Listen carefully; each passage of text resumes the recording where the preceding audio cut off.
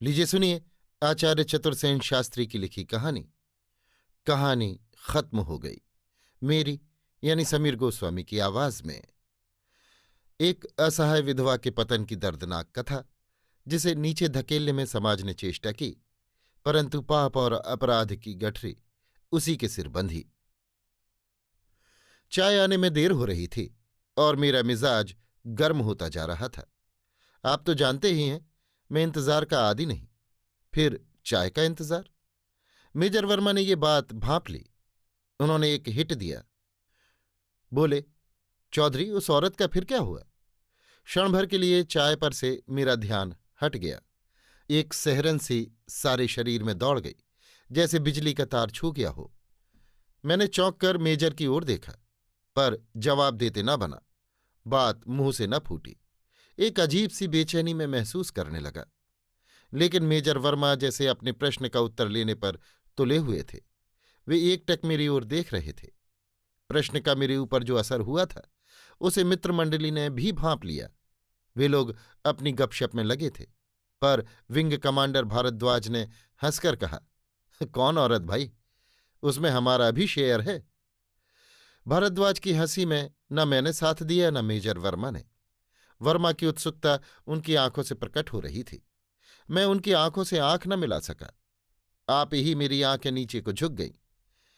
मैंने धीरे से कहा, मर गई। मेजर को छाती में जैसे किसी ने घूंसा मारा। उन्होंने एकदम कुर्सी से उछलकर कहा, अरे कब? कल सुबह, मैंने धीरे से कहा। मित्रमंडली की गपशप एकदम बंद हो गई। वे सब मेरी ओर देखने लगे। वातावरण एकदम गंभीर हो गया। मेरे चेहरे पर जो वेदना की रेखाएं उभर आई थीं, उन्होंने सभी को अभिभूत कर दिया। सबसे अधिक फील किया मिसेज शुक्ला ने। उन्होंने मेरी ओर खिसक कर अपने नंगे कंधे मेरे कंधों से छुआ दिए, फिर धीरे से पूछा, कौन थी?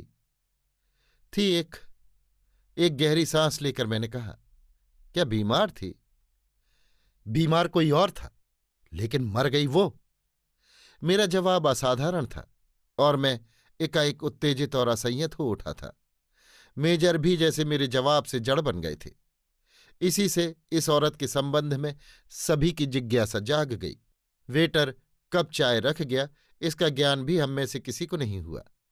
भारद्वाज ने कहा, यह तो कोई बहुत ही सीरियस केस मालूम पड़ता है। मेजर वर्मा ने बीच ही में बात पकड़ ली। उन्होंने कहा, सीरियस होने में क्या शक है, लेकिन हुआ क्या? क्या पूरा ही किस्सा सुना दूं? मैंने कुछ दर्द भरे स्वर में कहा। मेरे कहने का ढंग शायद कुछ प्रभावशाली था। सभी मेरे मुंह की ओर देखने लगे। भारद्वाज ने कहा, जरूर जरूर, पूरा ही किस्सा सुनाइए।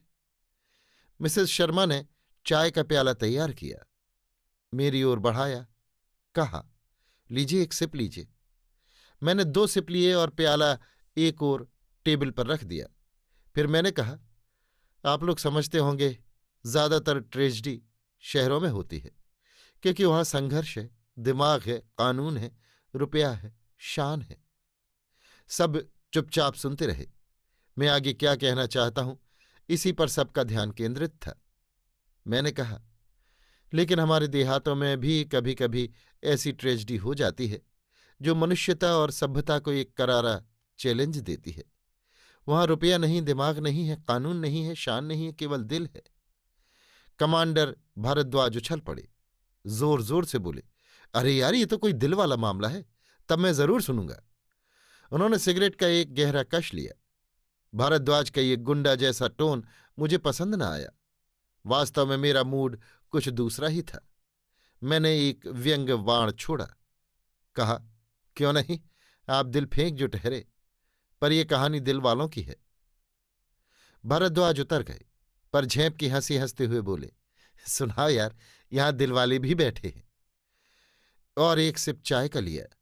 फिर मेजर वर्मा की ओर मुखातिब होकर कहा, आपने तो उसे पुलिस की हिरासत में ही देखा था ना? मेजर ने कहा, जी हां। ओह, उस दिल हिला देने वाले वाकये को तो मैं जिंदगी भर नहीं भूल सकता।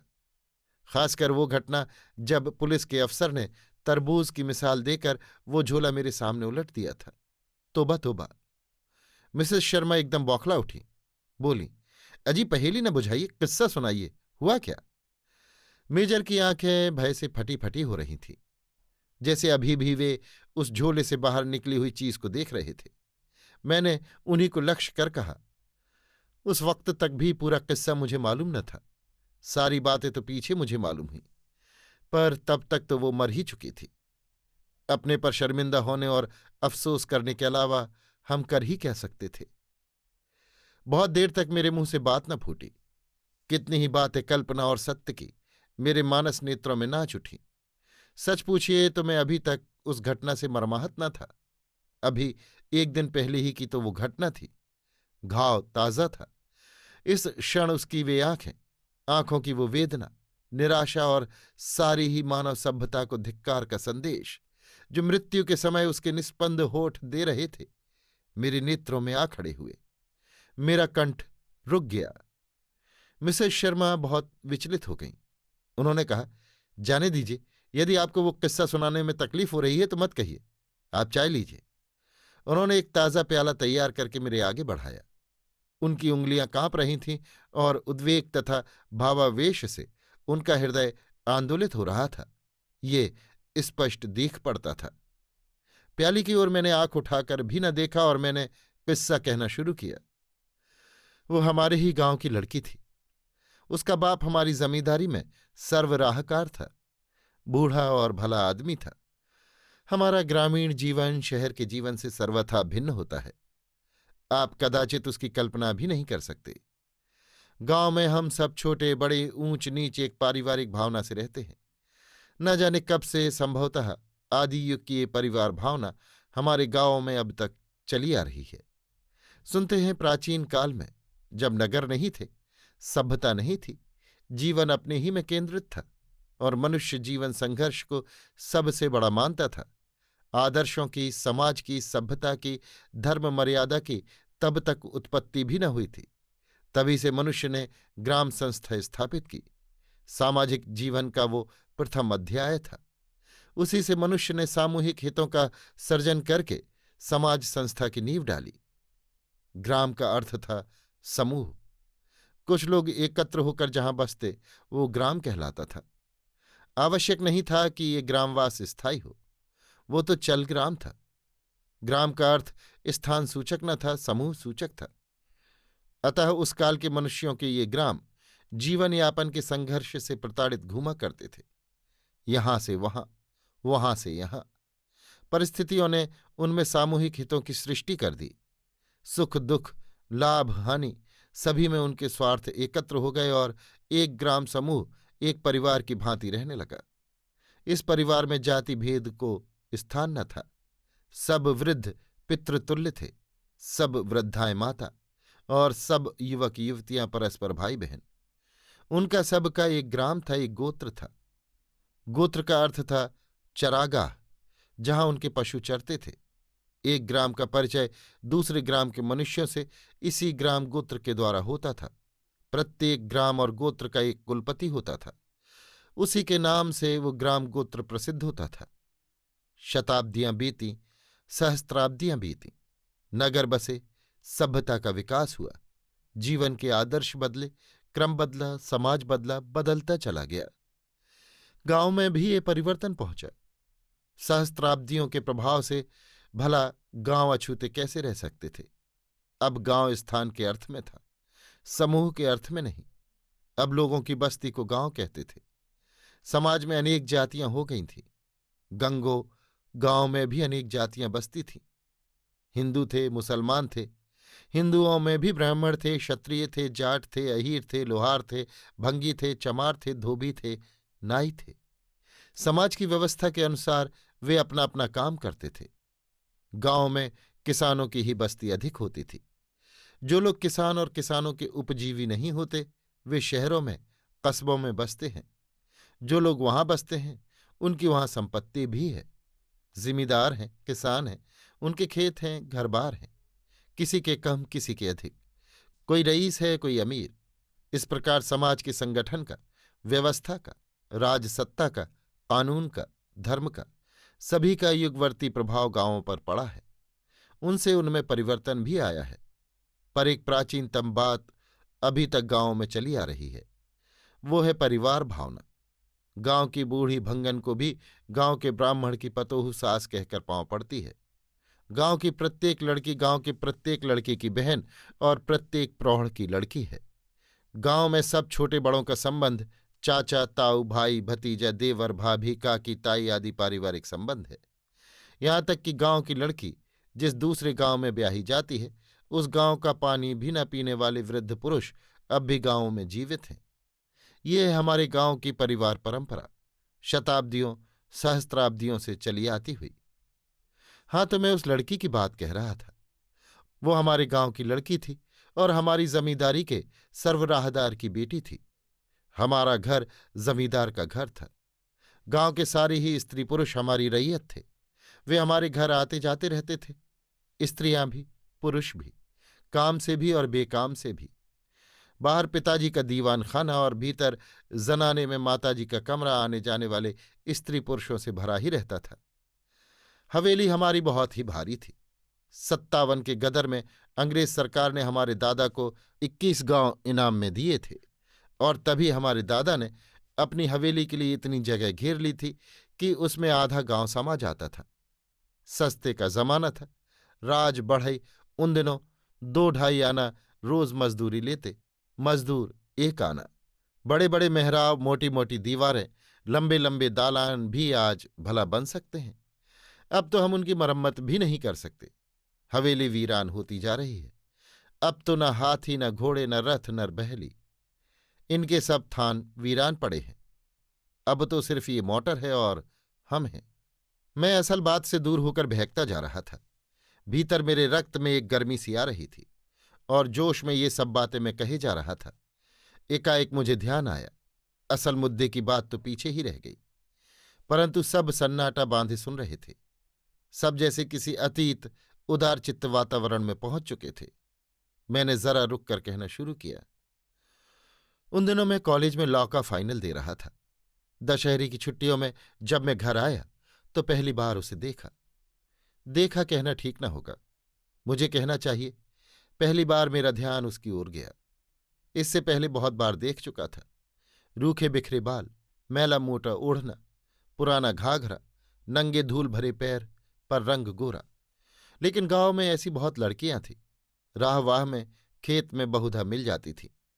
मैं तो जमींदार का लड़का था, शहर में पढ़ता था, सूट बूट पहनकर ठसक से गांव में निकलता था। सो किसी लड़की लड़के की क्या मजाल जो मुझसे बात करे। मुझे देखते ही वे सहम कर पीछे हट जाते थे। जो समझदार होते थे वे सलाम करते थे। सयानी लड़कियां ओट में छिप जाती थीं। छोटी कौतुक से मुझे देखती थीं। इसी से इस लड़की पर भी पहले कभी मेरा ध्यान नहीं गया।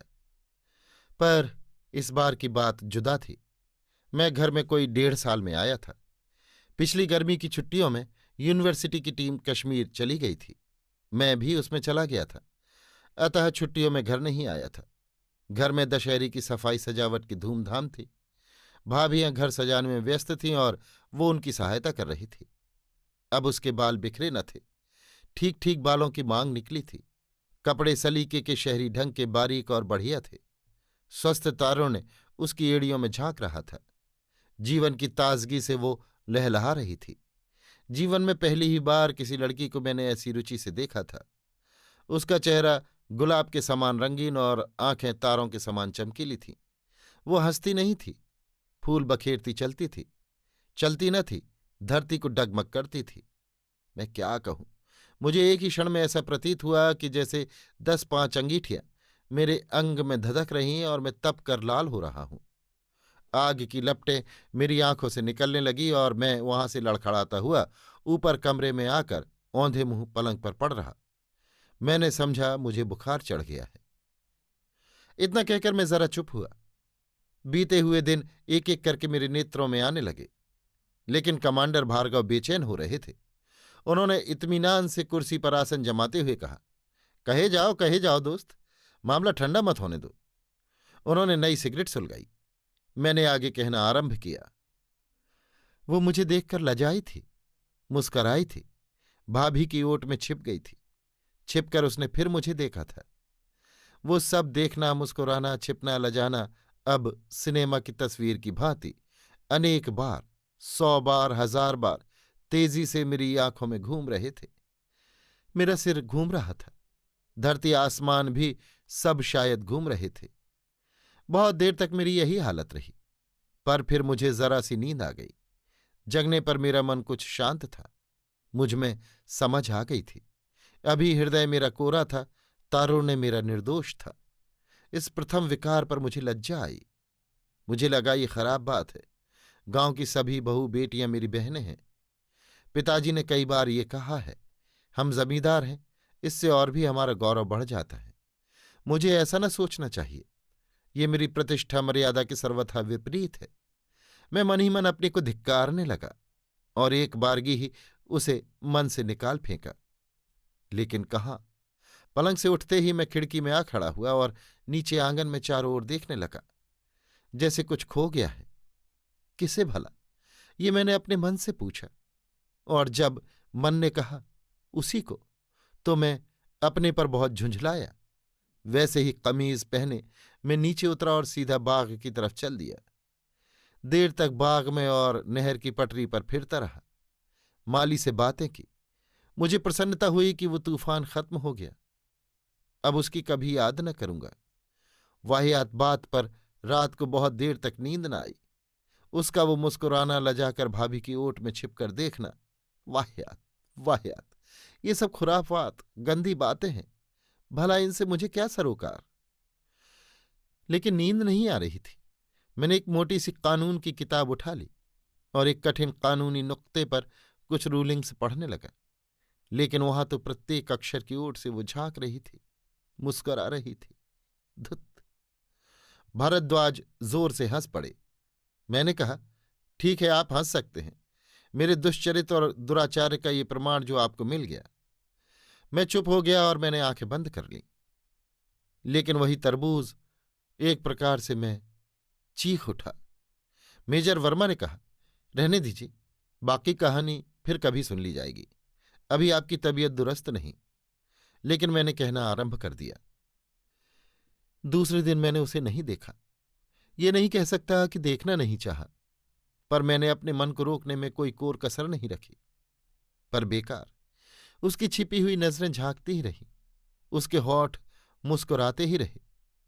मैंने सुना उसकी सगाई हो गई है और इसी सहलग में उसका ब्याह होगा। दशहरे के दिन मेरा तिलक चढ़ा। बहुत धूमधाम हुई। गाजे बाजे, जशन दावत, कहाँ तक कहूं। पिता का सबसे छोटा बेटा था। वे सबसे अधिक मुझको प्यार करते थे। भीड़ भाड़ में एक होकर मैंने देखा। हर बार मुझे प्रतीत हुआ वो मुझको देख रही है। छुट्टियां समाप्त होने पर मैं हॉस्टल में लौट आया। धीरे धीरे वो उन्माद बीत गया। स्मृति अवश्य बनी रही, वो भी धुंधली होते होते छिप गई। अगले वर्ष मेरी शादी हुई। सुषमा ने आकर मेरे जीवन को एक नया मोड़ दिया। सुषमा जैसी पत्नी पाकर मैं कृतार्थ हो गया। वो जैसी सुशिक्षिता है, वैसे ही शीलवती, परिश्रमी और हंसमुख स्वभाव की है। उसके प्रेम, सेवा और विनय से मैं उसमें लीन हो गया। उस लड़की की याद करके और अपनी हिमाकत का विचार करके कभी कभी मुझे हंसी आ जाती थी, पर कभी मैंने किसी से अपने मन का ये कलुष कहा नहीं। परीक्षा पास करके मैं घर पर रहकर जमींदारी की देखभाल करने लगा।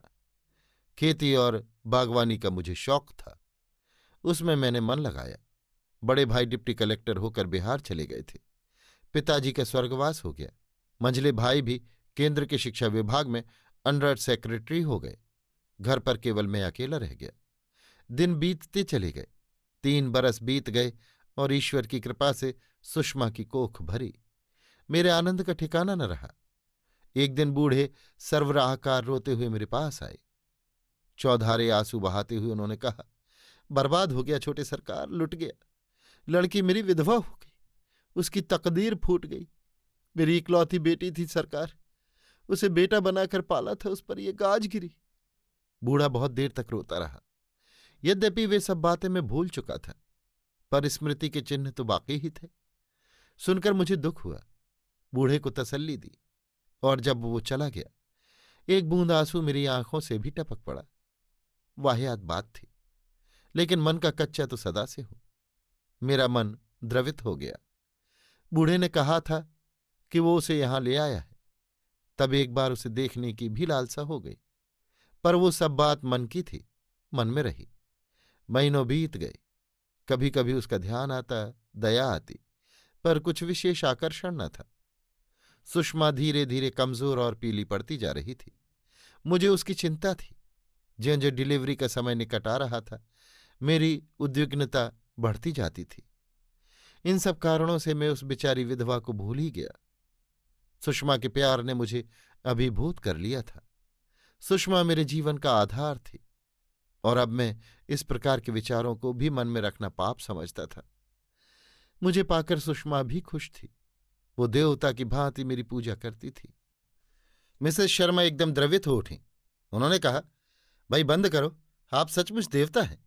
आप जैसा पति पाने के कारण मैं तो सुषमा बहन से ईर्ष्या करती हूं। मैं जैसे चीख पड़ा। मेरे गले की नसें तन गईं और मुट्ठियां भिज गईं। मैंने कहा, श्रीमती जी, जल्दी अपनी राय कायम न कीजिए, पूरी कहानी सुन लीजिए। मेरी वहशत और भावभंगी देखकर मिसेस शर्मा डर गईं। वो फटी फटी आंखों से मेरी ओर टुकुर देखने लगी। मैं इस योग्य न था कि इस समय उनसे अपने अशिष्ट व्यवहार के लिए क्षमा मांगूं। मैंने कहानी आगे बढ़ाई। एक दिन देखता क्या हूं कि वो सुषमा के पास बैठी है। इस समय वो यौवन से भरपूर थी। उस समय यदि वो खिलती कली थी, तो आज पूर्ण विकसित पुष्प। परिधान उसका साधारण था, पर स्वच्छता और सलीका, जो बहुधा देहात में नहीं देखा जाता, उसकी हर एक अदा से प्रकट होता था। उसका रंग अब जरा और निखर गया था। अंग भर गए थे और रूप की दोपहरी उस पर चढ़ी थी। अथवा एक ही शब्द में कहूं तो वो इस समय वसंत की फुलवारी हो रही थी। एकाएक मैंने उसे पहचाना नहीं, पर दूसरे ही क्षण जब उसने उठकर हाथ जोड़कर मुस्कुराकर मुझे प्रणाम किया, मैंने उसे पहचान लिया। हाय रे तकदीर! वही मुस्कुराहट, वही चितवन। क्षण भर को मेरे शरीर में रक्त की गति रुक गई और मेरे पैर कांपने लगे। साहस करके मैंने पूछा, अच्छी हो? तो उसने लाज से सिर झुकाकर सिर्फ जी कह दिया। छी छी! फिर वो भूली हुई बातें न जाने कहाँ से जीवित हो उठी। वही मुस्कुराना, वही छिपना और आंखें। मैं तेजी से वहां से भाग आया। सीधा ऊपर जा दरवाजा बंद कर अपने शयनागार में आ पड़ा, एक आहत हिरन की भांति, जिसे अभी अभी शिकारी ने तीर मारा हो। उस दिन मैंने खाना नहीं खाया, सिरदर्द का बहाना करके पड़ा रहा। सुषमा की परेशानी ने मुझे और भी पागल बना दिया। कभी यूडिक्लोन सिर पर डालती, कभी नर्म नर्म हथेलियों से सिर दबाती, कभी बाल सहलाती, कभी डॉक्टर बुलाने का आग्रह करती। मुझ बेईमान पाखंडी मक्कार के लिए वो उस एक ही दिन में आधी रह गई। मैंने जलती हुई आंखों से मिसेस शर्मा की ओर देखा और कहा, कहिए कहिए, अभी आपको सुषमा पर ईर्ष्या होती है, परंतु अभी जरा और ठहर जाइए। एकाएक मेरी आवाज मुर्दे के जैसी मरी हुई हो गई। खूब जोर लगाकर मैं कहने लगा, दूसरे दिन सुबह होते ही मैं जमींदारी के जरूरी काम का बहाना करके इलाके पर चला गया। 6-7 दिन तक मैं घर नहीं लौटा। आप दाद दीजिए मेरे जानवरपन की। जबकि सुषमा की ये हालत थी, इस कदर नाजुक, कोई उसे देखने वाला न था। पहली ही डिलीवरी थी उसे, और मैं नफ्स का गुलाम कहाँ, किस हालत में फिर रहा था। मैं आपसे नहीं छिपाना चाहता था कि मुझे ना खाना भाता था, न नींद आती थी, न दिन चैन पड़ता था, न रात को कल पड़ती थी। वही शैतान आंखें, वही मुंह छिपाकर मुस्कुराना, वही गहरे गुलाबी गाल, कमबख्त ना जाने कहाँ से उभरे चले आते थे मेरी बदनसीब नजरों में। जैसे मेरे रक्त की प्रत्येक बूंद में उन आंखों का खेत उगाया था। उस चितवन की, उस मुस्कान की रिमझिम बरसात हो रही थी। जी हाँ, एक क्षण को भी मैं उसे न भूल सका। एक क्षण को भी मैंने सुषमा को याद नहीं किया। एक क्षण को भी मैंने उसकी असहाय अवस्था पर गौर न किया। अंत में मैंने अपने आप को धिक्कारा, मन में पक्का इरादा किया, उस शैतान को मैं गांव से निकाल दूंगा, एक क्षण भी न रहने दूंगा। 7वें दिन में घर लौटा। अभी दहलीज पार करके मैं सुषमा के घर में जा ही रहा था कि देखता क्या हूं, सामने से वो आ रही है। मुझे देखकर वो ठिठक रही। निकट आने पर उसने मुस्कुराकर और हाथ जोड़कर मुझे नमस्कार किया, फिर वो मुस्कुराती हुई ही चली गई। अजी मुस्कुराती हुई नहीं, मेरे मन में छिपी समूची वासना का सागोपांग विवरण पढ़ती हुई वो गहरे लाल रंग का लहंगा और उस पर चिल्केदार दुपट्टा पहने हुई थी। भाड़ में जाए वो। गुस्से से होंठ चबाता हुआ मैं सुषमा के कमरे में पहुंचा। कल ही से उसे ज्वर था। मुझे देख वो मुस्कुराई और मैं उसकी जलती हुई हथेलियों को मुट्ठी में दबाए देर तक चुपचाप बैठा रहा। कुछ बोलने की ताब ही न रही। सुषमा ही बोली। उसने कहा, गुमसुम क्यों हो? कुछ नहीं, बहुत थक गया हूं, बहुत दौड़ धूप करनी पड़ी। सुषमा एकदम व्यस्त हो उठी। वो लेटी न रह सकी। उसने अधीर स्वर में कहा, मुंह कैसा सूख गया है, बिस्तर लगवाती हूं, जरा सो रहो। उसने आवाज दी, अरे, और वो आ खड़ी हुई। मैंने उसकी ओर नहीं देखा। सुषमा ने कहा, जरा झटपट यहीं बिस्तर लगा दे, बाबू की तबीयत ठीक नहीं है। मैंने बहुत नानू की। वहां सुषमा के सामने मैं अपनी दुर्बलता प्रकट नहीं करना चाहता था। मैंने कहा, नहीं नहीं, ऐसा ही है तो मैं ऊपर अपने कमरे में जा सोऊंगा, मगर तुम आराम करो, तुम्हें ज्वर है। पर उस साध्वी पति प्राणा को अपने ज्वर की क्या चिंता थी? क्या उसे उस पाखंडी के मन का ही हाल मालूम था? उसने कहा, तो जा बहन, ऊपर ही जाकर बिस्तर लगा दे। मेरा निषेध सुषमा ने माना नहीं, उसे भेज दिया। मैं जड़ बना वहीं बैठा रहा। वो लौट कर आई।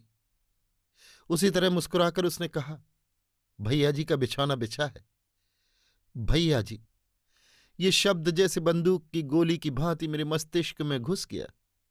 लेकिन मुझे तो गांव की सभी लड़कियां भैया जी ही कहती, वही गांव का प्राचीन पारिवारिक संबंध। परंतु इस समय तो ये शब्द मेरे मुंह पर एक तमाचा था। मैं वहां न ठहर सका। तेजी से उठकर ऊपर अपने कमरे में बिस्तर पर आ पड़ा। कमरे की चटखनी भीतर से चढ़ा ली। क्यों, मैं कह नहीं सकता। बहुत देर तक मैं सोता रहा। जब उठा तो शाम हो चुकी थी। उठकर मैं सीधा सुषमा के पास जा बैठा। क्षण भर बाद ही वो चाय लेकर आई। चाय टेबल पर रखकर चली गई। सुषमा जानती थी कि मैं इंतजार नहीं कर सकता, खासकर चाय का। पर यह बात क्या ये भी जानती है? उसके जाने के बाद मैंने सुषमा से कहा, क्या इसे तुमने नौकर रख लिया है? उसने हंसकर कहा, नहीं नहीं, बहुत अच्छी लड़की है। मुझे अकेली और बीमार देखा तो आप ही मेरे पास आ गई। तभी घर के कामकाज में जुटी है। तुम्हारे जाने के बाद से रोज ही दिन भर यहीं रहती रही है। कितना सहारा मिला है मुझे इससे। तुम्हारे ऊपर जाने के बाद ही मैंने इससे कह दिया था कि तुम चाय का इंतजार नहीं कर सकते, चाय तैयार कर देना। सब बातें पूछकर ये न जाने कब से बैठी इंतजार कर रही थी। सुषमा हंस दी और मैंने मन का उद्वेग छिपाने को एक बिस्कुट समूचा ही मुंह में ठूंस लिया। अब मेरे जीवन का नया अध्याय आरंभ होने में देर न थी। मुझे सुषमा शीघ्र ही कुसुम कोमल पुत्र देगी, जो हम दोनों के प्रेम का जीता जागता प्रमाण होगा। अब मुझे इस शैतानी विचार को मन में नहीं लाना चाहिए। फिर मेरा अपना चरित्र है, प्रतिष्ठा है, उसका भी तो मुझे ख्याल रखना चाहिए। जैसे मेरे भीतर एक नए बल का संचार हुआ। मेरे होंठों पर हंसी खेल गई। मैंने बड़े आनंद से चाय का एक प्याला अपने हाथ से बनाकर सुषमा को दिया। सुषमा आनंद से विभोर हो गई, कुछ तो अपनी अस्वस्थता के कारण और कुछ मुझे अस्त व्यस्त देखकर वो बहुत परेशान हो गई थी। अब मेरे हाथ से प्याला लेकर वो खुश हो गई। उसने कहा, अब तो कुछ ही दिनों की बात है। उसकी आंखें हंस रही थी और मैं आनंद सागर में गोते लगा रहा था। अपनी मूर्खता पर मैं मन ही मन हंसने लगा। चुड़ैल कहीं की, धुत धुत। सुषमा ने कहा, आओ जरा घूम आओ, तबीयत ठीक हो जाएगी। खाओगे क्या? मिश्रानी से कह दो। मैंने कहा, सुषमा, आज तो मैं तुम्हारे साथ ही खाऊंगा, जो चाहे बनवा लो, लेकिन उठना नहीं, तुम्हें ज्वर है, जरा शरीर का ध्यान रखो। स्त्रियां कितनी भावुक और कोमल होती हैं। मेरी इतनी ही सी बात पर सुषमा गदगद हो गई और मैं अपने को 30 मार्खा समझने लगा था। अपनी समझ में तो मैंने मन का सारा ही मैल धो डाला था। अब तो दिल में कहीं किसी कोने में भी न वो हंसी थी न चितवन। इसे कहते हैं मार पर विजय। मदन दहन शिव ने इसी भांति किया था। बुद्ध ने भी मार पर इसी भांति विजय पाई थी। मैं कपड़े बदलकर ज्यों ही सीढ़ियों से उतरा, देखता क्या हूं, वो सुषमा के लिए एक कटोरा दूध लेकर उसके कमरे में जा रही है।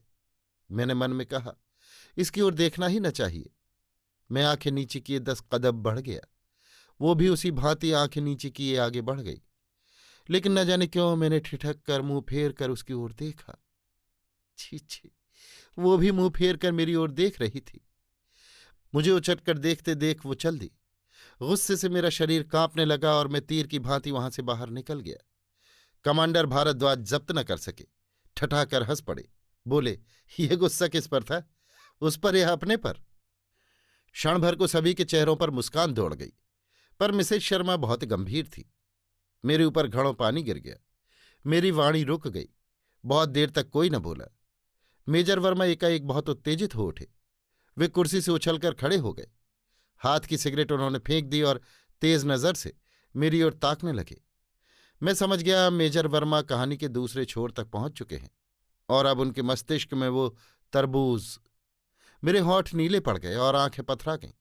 मैंने एक असहाय मूक पशु की भांति, जिसकी गर्दन पर छुरी चल गई हो, करुण कातर दृष्टि से मेजर वर्मा की ओर देखा। मिसेस शर्मा घबरा गईं। उन्होंने कहा, आपकी तबीयत तो एकदम बहुत खराब हो गई है चौधरी साहब। नहीं, मैं ठीक हूं, कुछ प्रकृतिस्थ होते हुए मैंने कहा। मेजर वर्मा चुपचाप कुर्सी पर बैठकर मेरी ओर ताकते रहे। मरे हुए स्वर में मैंने कहा, मेजर, सारी बातें मैं न बता सकूंगा। आप और ये सब सज्जन मुझे क्षमा करें। डिलीवरी की खटपट में मैं फंस गया। सुषमा बहुत बीमार हो गई थी। उसे मसूरी ले जाना पड़ा। पुत्र जन्म का उत्सव धूमधाम शोरगुल बाजे गाजे से हुआ। ये सब बातें क्या कहूं। 4-5 महीने इन सब बातों को बीत गए। एक दिन शाम को जब मैं घूमकर लौट रहा था, गांव की जनशून्य राह पर मैंने देखा, चादर में लिपटा हुआ कोई खड़ा है। वही थी और मेरी ही प्रतीक्षा में खड़ी थी। निकट पहुंचने पर उसने कहा, बड़ी देर से खड़ी हूं, जरा उधर चलिए, मुझे आपसे कुछ कहना है। सच पूछिए तो मैं अब उससे सचमुच ही कतराने लगा था। वो नशा तो काफूर हो चुका था और इधर महीनों से उससे मुलाकात ही नहीं हुई थी। मेरी बिल्कुल इच्छा नहीं थी कि मुझे एकांत में उससे बात करते कोई देख ले, पर मैं उसका अनुरोध न टाल सका। मैंने कहा, क्या बहुत जरूरी बात है? उसकी आंखें भर आई। उसने धीरे से कहा, जी हाँ। और जब हम रास्ते से हटकर उस बड़े बरगद की छाह में गए, तब चारों ओर अंधेरा फैल चुका था। उसने एक ही वाक्य में वो बात कह दी। सुनकर मैं ठंडा पड़ गया। मेरे मुंह से बात न निकली। बहुत देर तक वो मेरे उत्तर की प्रतीक्षा करती रही। फिर उसने धीरे से कहा, आपको मैं न किसी झंझट में डालना चाहती हूं, न आप पर मैं कोई बोझ लादना चाहती हूं। सब कुछ मैं स्वयं भुगत लूंगी। परंतु पिताजी का देहांत हो चुका। मेरा अब पृथ्वी पर कोई नहीं है। आप गांव के राजा हैं, रियाया के माई बाप हैं। मैं और किसी अधिकार की बात नहीं कहती। किसी बदनामी के भय से आप डरे नहीं। मर जाऊंगी पर आपका नाम न लूंगी। परंतु मैं औरत हूं, असहाय हूं। मेरा कोई हमदर्द नहीं। आप ही अब मुझे राह बताइए। मैं शर्म से गड़ा जा रहा था। समझ रहा था कि वो औरत मुझे कितना कायर समझ रही है। ये कुछ झूठ भी न था। मैंने अंत में कहा, मुझसे तुम क्या चाहती हो? मैं तुम्हारे लिए क्या कर सकता हूं? आखिर मैं एक इज्जतदार आदमी हूं, तुम्हें यह सोचना चाहिए। सोचकर ही तो कह रही हूं। क्या तुम कुछ रुपया पैसा चाहती हो? नहीं। तब क्या चाहती हो? अपनी इज्जत बचाना। आप राजा रईस हैं, मैं गरीब अनाथ विधवा राण स्त्री हूं। जिस परिस्थिति में मैं फंस गई हूं, उसके लिए मैं अकेले आपको जिम्मेवार नहीं ठहरा सकती। दुर्बलता मेरी भी थी। फिर मैं तुच्छ स्त्री हूं। सभी भोग मैं ही भोग लूंगी, पर इज्जत आबरू मेरी भी है। मेरे पिता आपके एक ईमानदार सेवक थे। मैं आपके गांव की बेटी हूं। मेरी बदनामी गांव की बदनामी है, वो मैं ना होने दूंगी। इसमें आप मेरी मदद कीजिए। लेकिन कैसी मदद? रुपया पैसा तो तुम चाहती ही नहीं। जी नहीं। तब मैं क्या करूं? गांव के किसी इज्जतदार गरीब ठाकुर से मेरा ब्याह करा दीजिए। इज्जतदार ठाकुर क्यों ब्याह करने को राजी होगा? आप कहेंगे तो होगा। मेरा सहारा हो जाएगा, मेरा कलंक ढका रह जाएगा और मैं अपनी सेवा से उसे प्रसन्न कर लूंगी। अब आप मेरे दिल की बात भी सुन लीजिए। मेरी आंखों में अब मेरे पुत्र का निर्मल हास्य खेल रहा था। सुषमा प्रसव के बाद मसूरी से लौटने पर अधिक आकर्षक हो गई थी। मैं अपनी लंपट वृत्ति पर खींच रहा था। न जाने मुझे क्या हो गया था उस समय, यही मैं सोचता रहता था।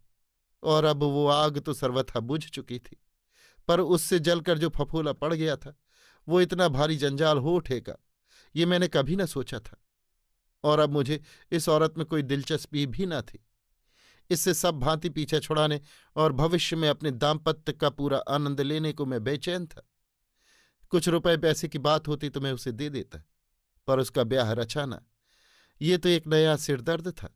अब भला मैं किससे कहूं, कैसे कहूं? सुनकर कोई क्या समझेगा, क्या कहेगा? इन्हीं सब बातों पर मैं देर तक विचार करता रहा। कुछ देर बाद मैंने धीमे स्वर में कहा, क्या तुमने किसी आदमी को पसंद किया है? नहीं, पसंद नापसंद की बात नहीं है। मुझे आप काना, अंधा, बहरा, कोढ़ी, अपाहिज, बूढ़ा किसी के पल्ले बांध दीजिए, उज्र न होगा। बस मेरी लाज ढकी रह जाए, मेरे पिता का कुल न कलंकित हो। उस समय मैं उसे एकांत में उससे अधिक बात करने को सर्वथा अनिच्छुक था। मैंने केवल टालने की दृष्टि से कह दिया, अच्छा देखूंगा। मैं चलने लगा। उसने कहा, जरा रुकिए, एक बात और है। क्या? वो कल गढ़ी में आकर सबके सामने कहूंगी, यहां कहना ठीक नहीं। अच्छा कहकर मैं चल दिया। दूसरे दिन पहर दिन चढ़े वो गढ़ी में आई। आकर सीधी कचहरी में जाकर दीवान जी के पास जा खड़ी हुई। उसने कहा, छोटे सरकार से अर्ज करने आई हूं। दीवान जी उसे मेरे पास ले आए। धड़कते हृदय से मैं सोच रहा था, अब ये यहां किस लिए आई है। परंतु उसने एक साधारण रैयत की भांति अधीनता दिखाकर कहा, सरकार में असहाय विधवा स्त्री हूं। मेरे पिता ने मरते दम तक रियासत की ईमानदारी से सेवा की है। अब न मेरे माँ बाप हैं, न कोई हितु संबंधी। आप गांव के राजा हैं, इसी से मैं आपकी शरण आई हूं। मेरा दम घुट रहा था, पर मैंने मन पर काबू रखकर पूछा, क्या चाहिए तुम्हें? सरकार, एक भैंस यदि मुझे खरीद दें तो उसका दूध घी बेचकर अपना भी पेट पाल लूंगी, सरकार का भी कर्जा चुका दूंगी। मैंने बिना किसी आपत्ति के उसे भैंस खरीदवा दी। वो कहती तो मैं उसे 2-4 हजार रुपये भी दे सकता था। मैं जानता था कि ये उसका अधिकार था, पर उसने तो मुझसे केवल वही मांगा जो कोई एक साधारण रैयत जमींदार से मांगती है। अब ये कैसे कहूं कि उसकी ये मांग मेरी प्रतिष्ठा के लिए ही थी या उसकी प्रतिष्ठा के लिए। उसके बाद वो और 2-4 बार मुझसे एकांत में मिली और ब्याह की बात पर उसने जोर दिया। मैंने टाल टूल की और अंत में मैंने साफ इनकार कर दिया। उस दिन अकस्मात पुलिस दलबल सहित उसे लेकर गढ़ी में आ गई। मामला क्या है, इसे जानने के लिए उसके साथ बहुत लोगों की भीड़ थी। सब भांति भांति की बातें कर रहे थे। पुलिस वालों ने उसे मारा पीटा भी था। चोट के निशान उसके मुंह और शरीर पर थे। उसके वस्त्र जगह जगह फट गए थे, बाल उसके बिखरे थे और चेहरे पर मुर्दनी छाई थी। आंखें उसकी फटी फटी सी हो रही थीं। शरीर में जगह जगह खून लगा था, होठों से भी खून बह रहा था। पुलिस का अफसर सुशिक्षित तरुण था, वो मुझे जानता था, कहना चाहिए मेरा मित्र था। पुलिस ने एक औरत के साथ मारपीट की है मेरे गांव में आकर। ये बात जानकर गुस्से से मैं लाल हो गया। मेजर वर्मा उस दिन वहीं थे। गुस्सा इन्हें भी बहुत हुआ। हम लोगों ने पुलिस को खूब खरी खोटी सुनाई।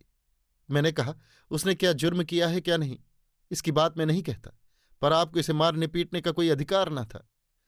पुलिस अफसर ने शांतिपूर्वक हमारा, मेरा और मेजर साहब का गुस्सा सहन किया। फिर उसने कहा, चौधरी साहब, मुझे आपसे एकांत में कुछ कहना है। यदि गांव आपका न होता तो मैं यहां आता भी नहीं, इसे थाने में ले जाता, पर आपका मुझे बहुत लिहाज था इसी से। मैंने कहा, आखिर मामला क्या है? आप जरा दूसरे कमरे में चलिए। मैं, मेजर वर्मा और वो पुलिस अफसर दूसरे कमरे में चले गए। अफसर के कहने से मैंने भीतर की चटखनी चढ़ा दी। किसी अज्ञात भय से मेरी अंतरात्मा कांप उठी। मैं एकटक पुलिस अफसर के मुंह की ओर देखने लगा और तब उसने तरबूज की मिसाल दी, और मैं अब बयान नहीं कर सकता। मेजर वर्मा कहेंगे, इन्होंने वो सब देखा है। बेशक मैंने देखा था। ऐसा खौफनाक, दिल हिला देने वाला वाकया जिंदगी भर मैंने नहीं देखा था। कुछ ठहरकर मेजर वर्मा बोले।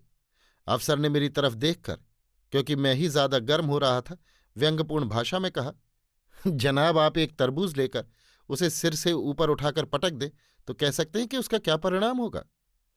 उस नौजवान पुलिस अफसर की ये दिल लगी मुझे ना भाई। मैंने जरा गर्म लहजे में कहा, तरबूज फट जाएगा, लेकिन आपका मतलब क्या है? इस औरत ने क्या तरबूज की चोरी की है? जी नहीं, क्या किया है देखिए। उसने कांस्टेबल को संकेत किया और उसने हाथ में लटकते हुए झोले को जमीन पर उलट दिया। एक वजनी सी चीज धमाके के साथ जमीन पर आ गिरी। वो एक ताजा बच्चे की लाश थी। मिसेस शर्मा के मुंह से चीख निकल गई। भारद्वाज हाथ की सिगरेट फेंक कर खड़े हो गए। दूसरे लोग भी अवाक रह गए। भारद्वाज ने कहा, क्या ताजा बच्चे की लाश? Horrible, my God! लेकिन मेजर वर्मा ने आगे कहना जारी रखा, बच्चे को शायद पत्थर पर या किसी सख्त चीज पर पटका गया था, जिससे उसका सिर उसी तरह फट गया था जैसे ऊंचे से फेंक देने से तरबूज फट जाता है, और उसके भीतर से लाल लाल लहू। तौबा तौबा! मेजर वर्मा वाक्य पूरा किए बिना ही सिर पकड़कर बैठ गए। फिर उन्होंने कहा, पुलिस अफसर ने बताया कि औरत तस्लीम करती है कि पहले हमल गिराया गया, लेकिन बच्चा जिंदा पैदा हुआ। उसका गला घोंटकर मार डालने की चेष्टा की गई, पर बच्चा मरा नहीं। तब उसे चक्की के पत्थर पर सिर के बल पटक दिया गया। उससे उसका सिर फट गया। पुलिस वालों ने बताया कि मार खाने पर ही इन सब बातों का पता इसने बताया है, पर बच्चा किसका है ये किसी हालत में बताती नहीं। इसी से हम निरूपाय इसे यहां लाए हैं। उसने चौधरी साहब से आग्रह किया था कि वो इस औरत से उस आदमी का पता पूछें और कानून की मदद करें। चौधरी तब बहुत परेशान हो उठे थे। इसका कारण मैं तब नहीं समझा था, अब समझा कि अब फिर मैं कहने लगा। कचहरी में मैं पागल की भांति चीख उठा कि उस बालक का पिता मैं था। जी हाँ, उस बालक का पिता मैं था। वो मेरा बच्चा था, वैसा ही जैसा सुषमा की गोद में हंस खेल रहा है। लेकिन मिसेस शर्मा भी एकदम उठ खड़ी हुई। उन्होंने कहा, बस बस चौधरी, अब खत्म कीजिए। और वो बिना कुछ कहे चल खड़ी हुई। परंतु मैंने कहा, अब तो थोड़ी ही सी बात रह गई है। मेजर तो तुरंत वहां से चल दिए थे। मेरे लिए मामला रफा दफा करना लाजमी हो गया। पुलिस को विदा कर और अपराध का खोज पता बिठाकर उसे मैंने उसके घर भिजवा दिया। थोड़ी ही देर बाद एक पड़ोसी के हाथ उसने भैंस मेरे पास भिजवा दी, और इसके कुछ ही देर बाद मुझे सूचना मिली कि वो मर गई। कहानी खत्म हो गई और सन्नाटा छा गया। चाय प्यालों में भरी हुई ठंडी हो गई थी, पर किसी ने उसे छुआ भी नहीं। एक एक करके चुपचाप सब लोग उठकर चल दिए। मुझे प्रतीत हुआ जैसे एक लानत की नजर मेरे ऊपर फेंक कर। मैं खामोश बैठा था। मेरा सिर घूम रहा था। आंखों में उस झोले से निकली हुई चीज और सुषमा की गोद में खेलता हंसता हुआ मेरा पुत्र। होठों से खून बहाती फटे कपड़ों में लांछिता वो नारी और गृहिणी गौरव मंडिता सुषमा। सब मूर्तियां जैसे घुल मिलकर मेरे चारों ओर तेजी से चक्कर काट रही थी। भय और आवेश से मैं चिल्ला उठा, मुझे इतना ही होश है। मेजर शर्मा ने किसी तरह मुझे घसीट कर अपनी मोटर में डाला था। इसके बाद तो मैं बेहोश हो गया। अभी आप सुन रहे थे आचार्य चतुर्सेन शास्त्री की लिखी कहानी कहानी खत्म हो गई, मेरी यानी समीर गोस्वामी की आवाज में।